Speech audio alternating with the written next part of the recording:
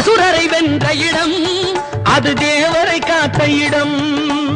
ஆவணி மாசையிலும் வரும் ஐப்பசி திங்களிலும் அன்பர் திருநாள் காணும் இடம், அன்பர் திருநாள் காணும் இடம்.